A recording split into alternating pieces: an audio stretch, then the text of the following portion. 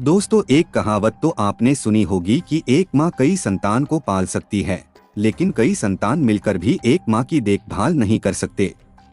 आज की कहानी में ये कहावत सार्थक नजर आती है। कैसे एक क्रूर बेटे ने अपनी बूढ़ी माँ को भी नहीं बख्शा। नमस्कार दोस्तों, मैं उपेश कुमार आप सभी का स्वागत करता हूँ हमारे और आपके अपने चैनल कुम्हरिया टीवी में क्राइम की एक रहस्यमय कहानी के साथ। दोस्तों, सबसे पहले आपके प्यार और सपोर्ट के लिए शुक्रिया कि आप लोग मेरे वीडियो को पसंद करते हैं।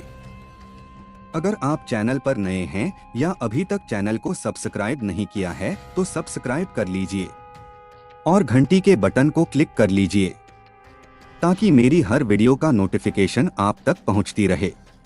तो चलिए कहानी को विस्तार से जानते हैं। भोपाल के विद्यासागर के सेक्टर सी स्थित फ्लैट रामवीर सिंह ने 6 लाख रुपए में खरीदा था। रामवीर सिंह शहर के ही नेहरू नगर में निधि नाम का एक रेस्टोरेंट चलाते थे। उनके रेस्टोरेंट को इस इलाके में हर कोई जानता है। उनका रेस्टोरेंट अच्छा खासा चलता था।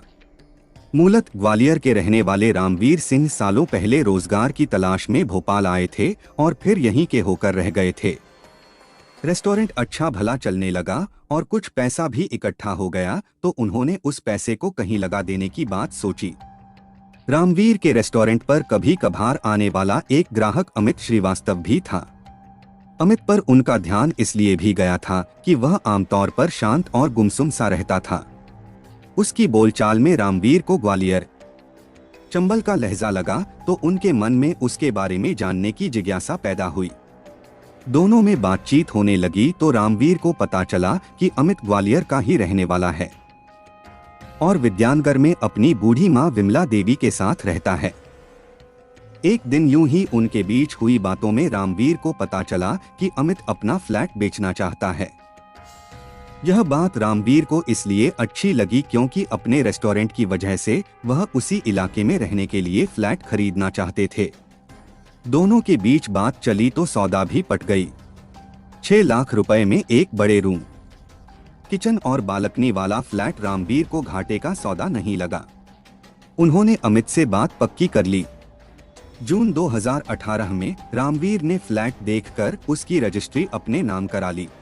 इसी दौरान उन्हें एहसास हुआ कि इस परिवार की आर्थिक स्थिति बहुत अच्छी नहीं है। फ्लैट विमला के नाम पर था जिसे बेचने की सहमति उन्होंने रामवीर को दे दी थी।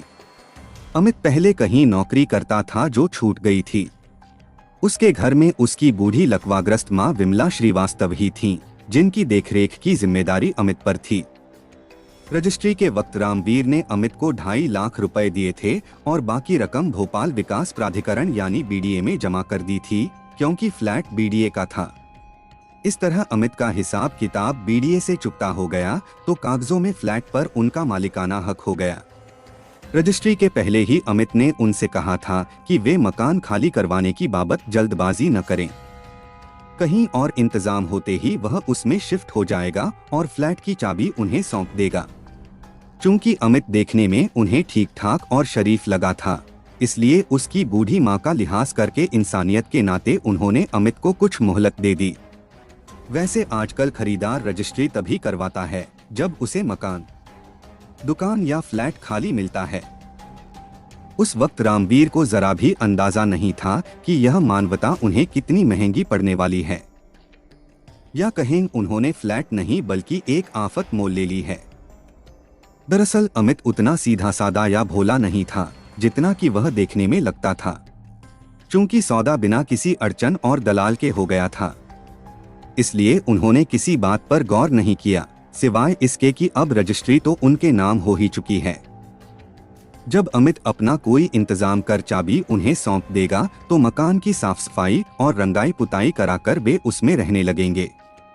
रजिस्ट्री के बाद भी अक्सर अमित उनके रेस्टोरेंट पर आता रहता था और उन्हें आश्वस्त करता रहा था कि वह मकान ढूंढ रहा है और ढंग का मकान मिलते ही फ्लैट छोड़ देगा। जब वह कुछ दिन नहीं आता तो रामवीर उससे मोबाइल फोन पर बात कर लेते थे। जून से लेकर अगस्त 2018 तक तो अमित उनके संपर्क में रहा, लेकिन फिर उसका फोन एकाएक बंद जाने लगा।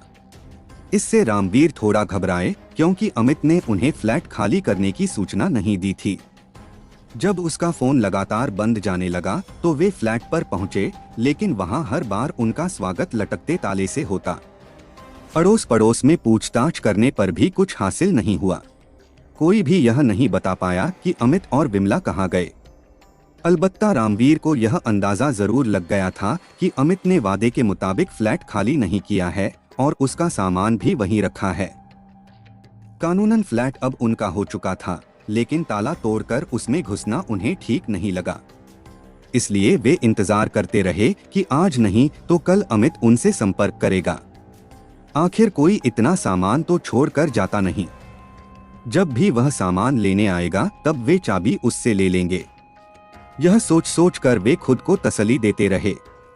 जब इंतजार और बेचैनी सब्र की हदें तोड़ने लगे और जनवरी तक अमित का कोई पता नहीं चला, तो दिल कड़ाकर रामवीर ने फ्लैट का ताला तोड़कर उस पर अपना हक लेने का फैसला कर लिया। आखिर उनकी खून पसीने की गाड़ी कमाई का 6 लाख रुपया उसमें लगा था।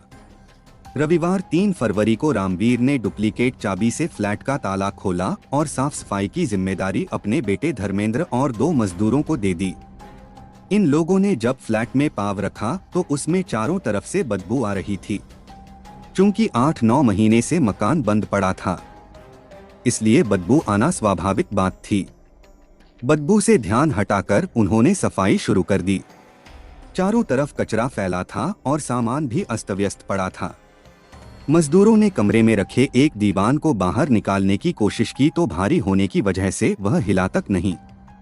इस पर धर्मेंद्र ने मजदूरों से कहा कि पहले प्लाई हटा लो, फिर दीवान बाहर रख देना। जब मजदूरों ने दीवान की प्लाई हटाई तो तेज बदबू का ऐसा झोंका आया कि वे लोग बेहोश होते होते बचे। उन्हें लगा कि शायद कोई चूहा दीवान के अंदर सड़ रहा है, इसलिए इतनी बदबू आ रही है। चूहा ढूंढने के लिए मजदूरों ने दीवान में ठुंसे कपड़े हटाने शुरू किए तो कुछ साड़ियां, कंबल और एक एक कर 11 रजाइयां निकली। आखिरी कपड़ा हटाते ही तीनों की चीख निकल गई।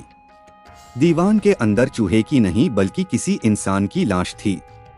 खुद को जैसे तैसे संभाल कर मजदूर आए और पुलिस को खबर दी। उस वक्त दोपहर के 2 बज चुके थे। बागसेवनिया थाने के पुलिसकर्मियों के अलावा मिसरोद थाने के एसडीपीओ दिशेश अग्रवाल भी सूचना मिलने पर घटनास्थल पर पहुंच गए। पुलिस ने मौके पर पहुंचकर जांच शुरू की तो कई रहस्यमय और चौंका देने वाली बातें सामने आईं। फ्लैट विमला श्रीवास्तव के नाम था, जो कुछ साल पहले तक मध्य प्रदेश राज्य परिवहन निगम में नौकरी करती थीं। पति ब्रजमोहन श्रीवास्तव की मौत के बाद उन्हें उनके स्थान पर अनुकंपा नियुक्ति मिल गई थी। परिवहन निगम घाटे की वजह से बंद हो गया था। सभी कर्मचारियों की तरह विमला को भी अनिवार्य सेवानिवृत्ति दे दी गई थी। विमला इस फ्लैट में साल 2003 से अपने 32 वर्षीय बेटे अमित के साथ रह रही थीं। 60 वर्षीय विमला धार्मिक प्रवृत्ति की थीं। अपार्टमेंट में हर कोई उन्हें जानता था।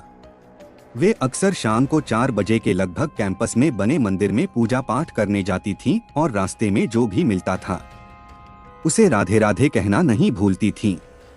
मंदिर में बैठकर वह सुरीली आवाज में भजन गाती थीं तो अपार्टमेंट के लोग मंत्रमुग्ध हो उठते थे। कभी कभी भगवान की मूर्ति के सामने बैठे बैठे वे रोने भी लगती थीं।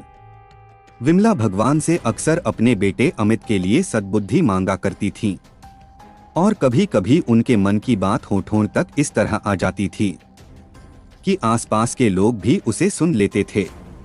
लेकिन भगवान कहीं होता तो उनकी सुनता और अमित को रास्ते पर लाता। श्रीवास्तव परिवार का मिलना जुलना किसी से इतना नहीं था कि उसे पारिवारिक संबंधों के दायरे में कहा जा सके। विमला तो फिर भी कभी कभार अड़ोसी पड़ोसी से बतिया लेती थीं, लेकिन अमित किसी से कोई वास्ता नहीं रखता था। कुछ दिन पहले तक वह कहीं नौकरी पर जाता था, लेकिन कुछ दिनों से नौकरी पर नहीं जा रहा था। घर पर भी वह कम ही रहता था। पड़ोसियों की माने तो अमित विक्षिप्त यानी साइको था। उसकी हरकतें अजीबोगरीब और असामान्य थीं।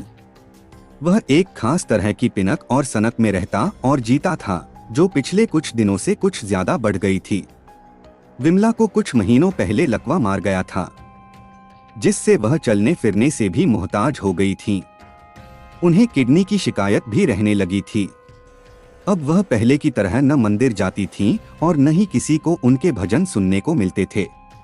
चूंकि अमित किसी से संबंध नहीं रखना चाहता था, इसलिए अपार्टमेंट के लोग भी फटे में टांग अड़ाने से हिचकिचाते थे। पर यह बात हर किसी को अखरती थी कि कई बार वह अपनी मां को मारने पीटने लगता था।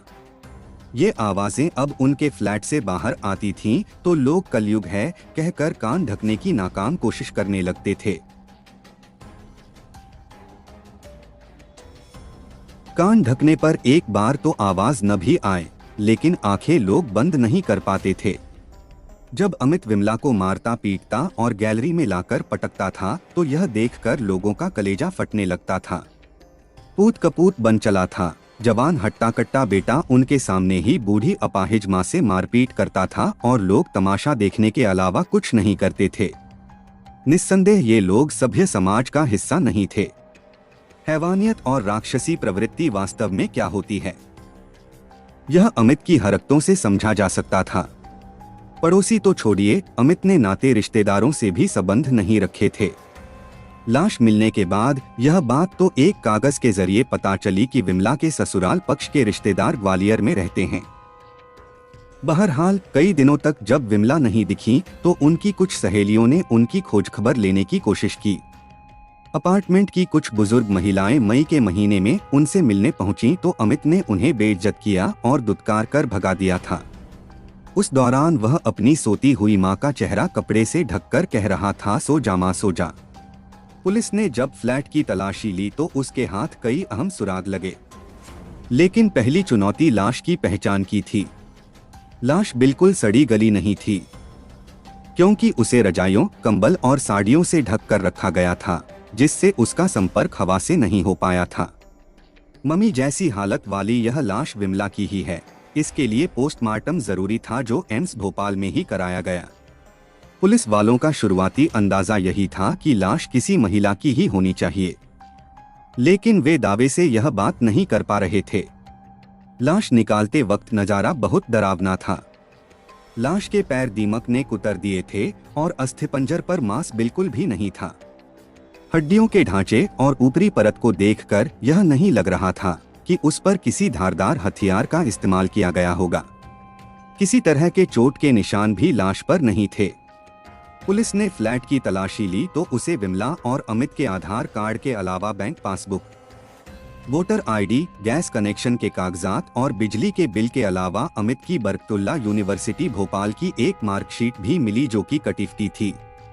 सबसे हैरान कर देने वाली चीज भांग की गोलियों के रैपर थे, जिनसे लगता था कि अमित भांग के नशे का आदी था। अमित की शुरुआती पढ़ाई भोपाल के ही सेंट जेवियर स्कूल में हुई थी। विमला की एक सहेली जया एंटनी ने कहा कि अमित निहायत ही वाहियात लड़का था, जो मैले कुचैले कपड़े पहने रहता था और कई दिनों तक नहाता भी नहीं था। खुद जया ने जब कई दिनों तक विमला को नहीं देखा था, तो उन्होंने घटना के कोई 3 महीने पहले पुलिस को खबर की थी। उन्हें शक था कि कहीं विमला किसी अनहोनी का शिकार न हो गई हो, लेकिन पुलिस ने उनकी शिकायत पर ध्यान नहीं दिया। जया ने यह शिकायत कब और किससे की थी, इसका विवरण वे नहीं दे पाईं। जैसे ही मम्मी मिलने की खबर भोपाल से होती हुई देश भर में फैली, तो सुनने वाले हैरान रह गए। हर किसी ने यही अंदाजा लगाया कि अमित ने ही अपनी मां विमला की हत्या की होगी। इसके पीछे लोगों की अपनी दलीलें भी थीं। कईयों को भोपाल का उद्यन भी याद हो आया, जिसने रायपुर में अपने माँ बाप की हत्या कर उनकी कब्र बनाकर दफना दिया था। उद्यन अब पश्चिम बंगाल की एक जेल में सजा काट रहा है। विमला की पोस्टमार्टम रिपोर्ट से उजागर हुआ कि लाश महिला की ही है और उसकी हत्या करीब 3 महीने पहले की गई थी। एम्स के 3 डॉक्टरों की टीम ने मृतका की उम्र 50 साल के लगभग आंकी। पोस्टमार्टम के बाद लाश को विमला की ही मानकर उसे मोर्चरी में रखवा दिया गया। पुलिस की एक टीम अब तक ग्वालियर भी रवाना हो चुकी थी, जिससे विमला के परिजन अगर कोई मिलें तो उन्हें खबर कर दें, ताकि वे अंतिम संस्कार कर दें। साथ ही अमित का सुराग ढूंढना भी जरूरी था। पोस्टमार्टम रिपोर्ट में लाश के किसी अंग की हड्डी टूटी नहीं पाई गई। चूंकि लाश काफी पुरानी हो चुकी थी, इसलिए डॉक्टर मौत की स्पष्ट वजह नहीं बता पाए। पुलिस ने तेजी से अमित की खोजबीन शुरू कर दी, जिससे हत्या या मौत पर से पर्दा हट सके। लेकिन वह ऐसा गायब हुआ था जैसे गधे के सिर से सींग। पुलिस ने उसके मोबाइल की कॉल डिटेल्स भी निकलवाई, पर उससे भी कुछ खास हाथ नहीं लगा। 5 फरवरी को विमला के जेठ व भतीजा सुरेंद्र श्रीवास्तव ग्वालियर से भोपाल आए, लेकिन वे भी कोई ठोस जानकारी नहीं दे पाए। सुरेंद्र का कहना था कि पिछले 25 सालों से विमला या अमित ने उनसे कोई संपर्क नहीं रखा है।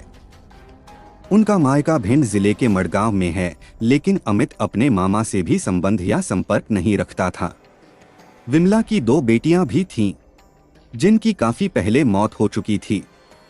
सुरेंद्र ने भोपाल के सुभाष नगर विश्राम घाट पर विमला का अंतिम संस्कार किया। मां की हत्या की हैरान कर देने वाली गुत्थी अब तभी सुलझेगी जब अमित का कुछ पता चलेगा। यह अंदाजा या शक हालांकि बेहद पुख्ता है कि उसी ने ही विमला की हत्या की होगी। ऐसा लगता है कि नशे का आदी हो गया अमित अपनी बीमार और अपाहिज मां के प्रति अवसाद के चलते क्रूर हो गया होगा, और उनसे छुटकारा पाने की गरज से उसने इसी सनक में हत्या कर दी होगी। चूंकि भरे पूरे घने इलाके से लाश ले जाकर कहीं ठिकाने लगाना आसान काम नहीं था, इसलिए अपना जुर्म छिपाने के लिए उसने लाश को कपड़ों से ढक दिया और घर से भाग गया।